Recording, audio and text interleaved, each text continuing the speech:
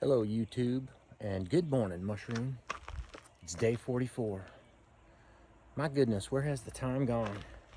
44 days of hiking so far. I got Boots Off Hostel in my rear view, and I'm about to head down the hill, and then I'm gonna start climbing mountains right away. I gotta climb Pond Mountain and get up over that, and then it's a cruise to Laurel Falls. So let's get to it, and I'm gonna have a good day today, I believe. Y'all take care, and I'll see you in a little bit. Oh, and by the way, it's about 6 o'clock. I woke up a little late today.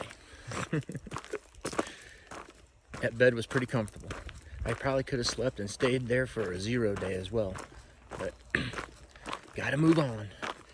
All right, y'all. I'll be back with you in a little bit.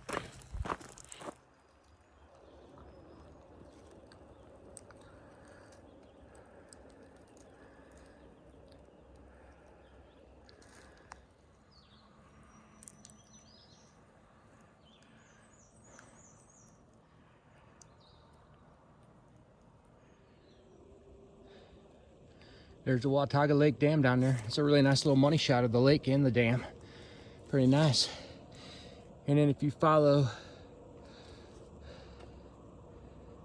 that ridge right there, that's the ridge that you come in on if you're coming south. That's the ridge you go to Damascus on if you're going north. Pretty up here. Dang, almost to the top. Maybe like 0.3. Yep, that's right, folks. Right here where I stand, I now have my 600-mile medal. 600 miles into the hike. Not doing too shabby, huh? So, just about to the top, like 0.1, 0.2, something like that. And then I'll be done with this mountain. There are more mountains to climb, don't worry. Well, I made it to the top. There's some real nice camping up here on top of Pond Mountain. Plus, there's a real nice spring too. Water right here at the top of the mountain. Nice flat sites. Well, I tell you what, if it works out, your mileage works out here. It's a nice place to camp. Of course, not much beats the nice memory foam mattress I had last night down there at Boots Off Hostel in that little tiny cabin. It was perfect in there. I could have slept for another 3 or 4 hours pretty easy. I woke up late as it was already. Hit that snooze button like twice. A good night's sleep really brings you back, you know. I just powered up that mountain like it was nobody's business. And yesterday at the end of the day, I was tired. That was a hard day yesterday, especially late in the afternoon. That sun beating down and getting hot. There's only 2 little bumps I had to go over after the dam. But man, I was just out of gas. And happy to be in a bed last night for sure. So it's weird. You know, thru hikers, they just that's why they go to bed at 7, because they need to recover. See right there, that's a nice one. It's got a bench for you, nice flat site right there. This is a nice place to camp. I never really realized this last year. Yeah, but you know, thru hikers, they really they need to recover. And if you take the time to recover, usually the next day, you're back to normal again and feeling good. At least I am. It's all about the sleep.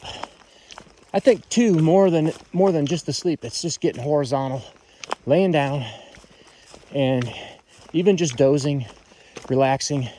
I do a lot of isometric exercises with my quads, my hamstring, my calf, my ankles, a lot of stretches in bed, and seems to have me going for the next day. These last 2 or 3 days, towards the end of the day, my knee's been tweaking a little bit. Right there where those bone chips are, it just starts hurting. And a little bit sets off an alarm bell in my mind. So that's the other thing too. A lot of times, the last 3 days anyways, I've just been slowing down at the end of the day. And just that rest next morning it feels good. I'm just waiting for that thing to blow up again. I hope it doesn't though. I only have, I think, 16 days to hike now. Maybe even 15, I'm not sure. So I'd just like to get through these last 16 days, get those chips out of there, and then be on my way again. Beautiful morning. I've already seen, I'm up to number 4 on Thruhikers. 2 of them on the trail, 2 of them in camp. There's a shelter down here at the bottom, so probably gonna get the crowd coming out of that shelter. We'll see how many there are coming out of that shelter. And then the other crowd will come from the next shelter, which I think is about 12 or so miles away from here. I'll get them maybe, probably not at Laurel Falls, probably afterwards. All right, let's get down to Laurel Falls. What do you say?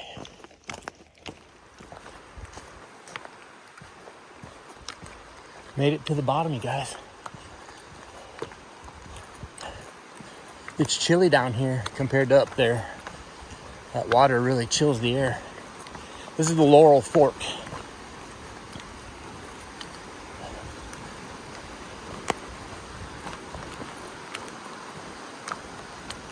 We're gonna walk along this river till we get to Laurel Falls, which I'm sure most of you have seen because it's an icon of the AT. But I'm showing it to you again today. I hope it's running good.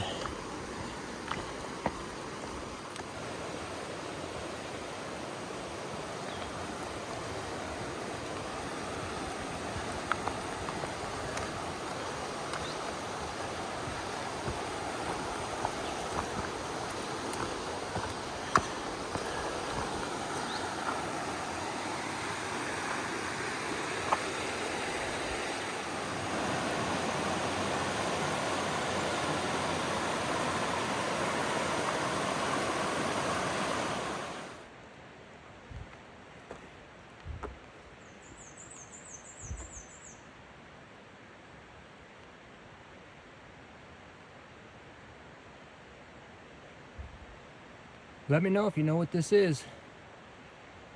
It doesn't seem to be too concerned about me though.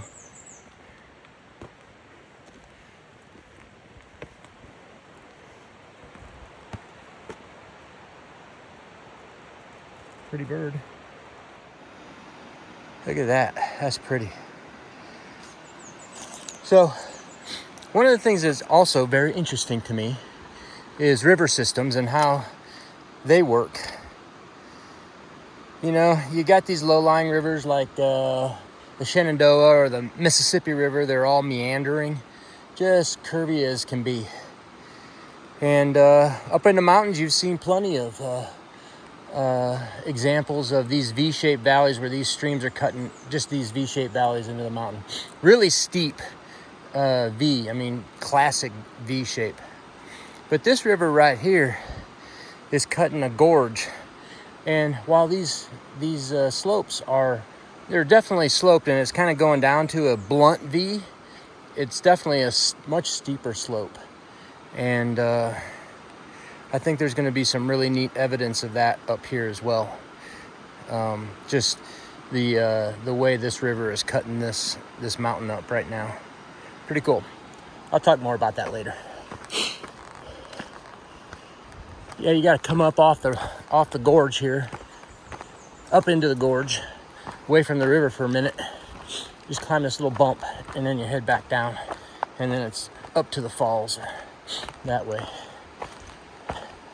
The first shelter is just on a little side trail right up here, just right up in the mountain, just a little bit further. It's 9:30, so I suspect I've hit all of the hikers that were staying at that shelter, which there's only been 5 so far. So, and not every one of them stayed at the shelter. Probably 2 of them stayed at the shelter. So that's interesting. We'll see what the next shelter has in store. Now the AT runs right along this little ledge just before it gets to the falls. And if those things are really running, you might have to take that bypass trail to get around this little area, because it is right next to the water.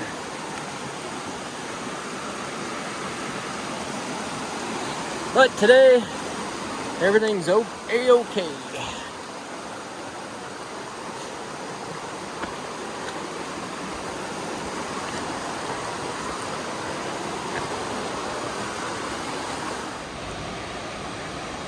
And there she is, folks. Laurel Falls. Now, this is the current reason why this gorge is so steep on the sides. It's because those falls are slowly eroding away. If you can, in your mind, imagine that they used to be up here, and then over time they've just eaten away at the rock and kind of curved their way around. This gorge is millions of years old, so I'm sure that this is like 5, 6, 7, 8, 10 generations of falls.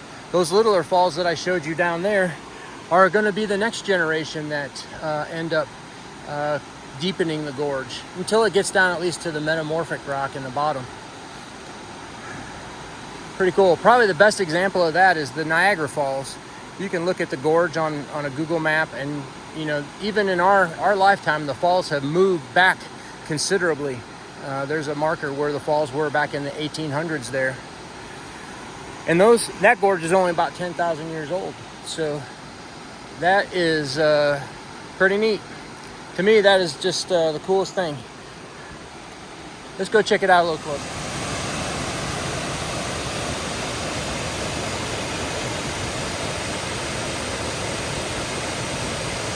Look how cleanly cut those walls are.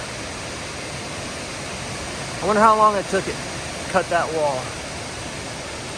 That's just amazing. Really nice waterfall.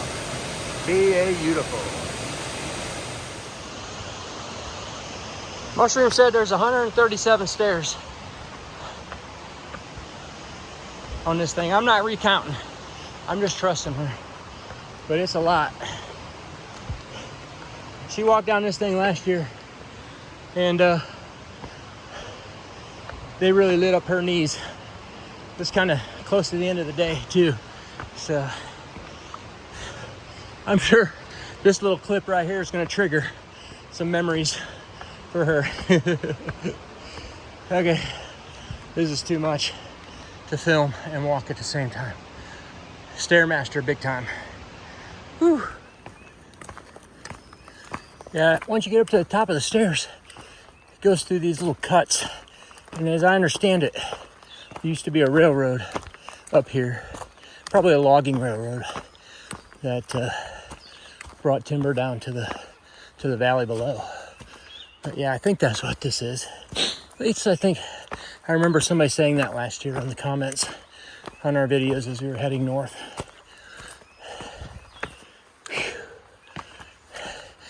That is a tough climb coming up out of there. I feel like that was some training for New Hampshire right there. Whew. Just stepping up there. It's like going to the gym, getting on the Stairmaster. Holy cow. That's pretty neat. Look at all those layers upon layers upon layers of sedimentary rock. They're not all uniform either. Some of them are quite big, and there's a few layers right there in the center that are quite small. Interesting. And look at this big pile of rocks down here that's falling down off of that cliff. All right. Some cool stuff back here.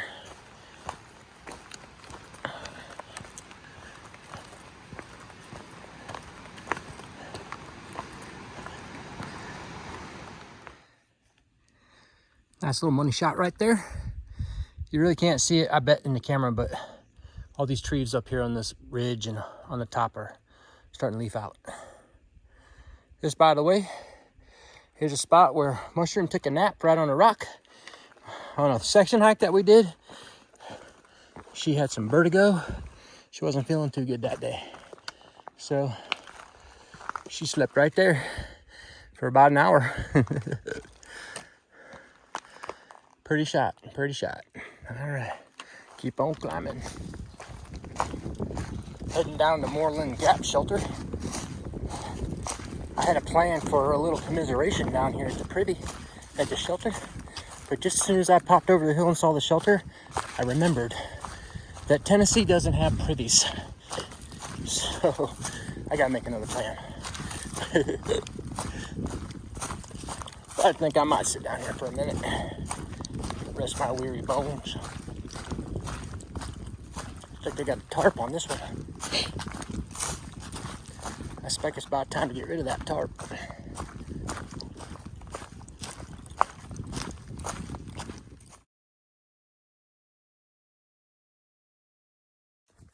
Well, just a little afternoon update from Pink Hot Dog.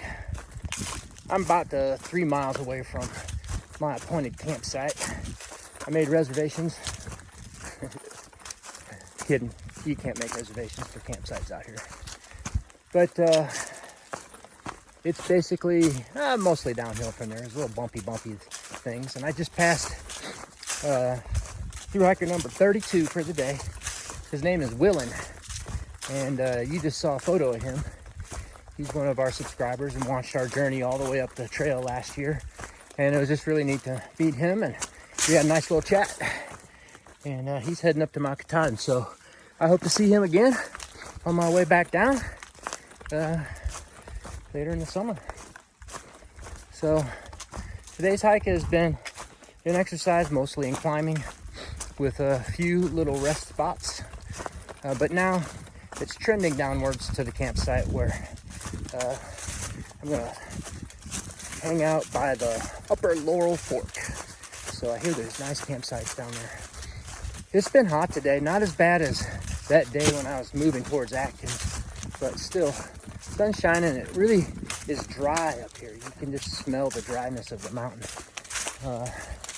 It's just kind of weird. It's supposed to rain tonight a little bit, so that might be nice. Doesn't matter to me though, because I'm going to hostel again tomorrow. All right, well, I'm gonna finish off this day. When I get to camp, I'll give you an update on what's going on, and we'll be back with you in just a minute. All right, bye-bye.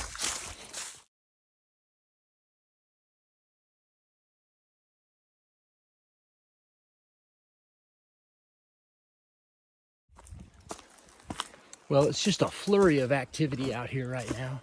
I'm up to 37. I saw like 6 or 7 here in just the last 10 minutes. And then just after I met Willin, I met Just Henry. Just Henry stopped me right there and said, "Pink Hot Dog." He was so excited to meet me. And I was excited to talk to him as well. We had a good talk. And he wanted me to tell you, hello, Mushroom. And he said he hopes you're doing well. And yeah, he watched the whole thing last year, he says. And he's watching my videos this year as well. So he's out for a section. I think he's walking to Damascus. And then while I was talking to him, I got to meet an Aussie hiker, Rue, and his buddy Kanga. He's from Brisbane, so he's on the other side of the continent from where we were. But I knew he was Aussie as soon as he started talking. They've got that distinctive accent. Pretty cool. And then just after I met them, I met a lady and we had a nice little chat. So I've walked about 0.2 in the last 20 minutes. But yeah, that stuff's great, you guys.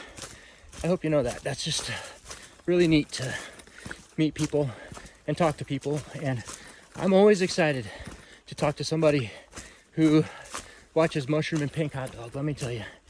So you guys, Willin and Just Henry, y'all take care, and maybe I'll see you again sometime. All right, back to hiking. So I got down to Laurel Fork there. My campsite reservation was canceled. It was full up of people.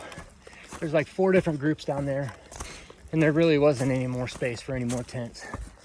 So I loaded up on water, packed my bags, and I'm headed up trail a little ways. The Nobos down there said there's some more campsites up here anyways. So I'll just look for one. All right, check back with you later. Well, folks, that's a wrap on day 44. It was a pleasure to meet Willin and Just Henry, a couple of subscribers who happened by me today. I enjoyed our conversation immensely, and had just generally a good day all around. Didn't have any problems, didn't have any worries, just hiked. Laurel Falls is beautiful. Every time I see it, I'm just amazed. I'm amazed at that whole process of creating that gorge. That is, it's pretty spectacular over the course of millions and millions of years. So I take quite a bit of appreciation for stuff like that. So that was neat for me to see, and hopefully you guys enjoyed it as well.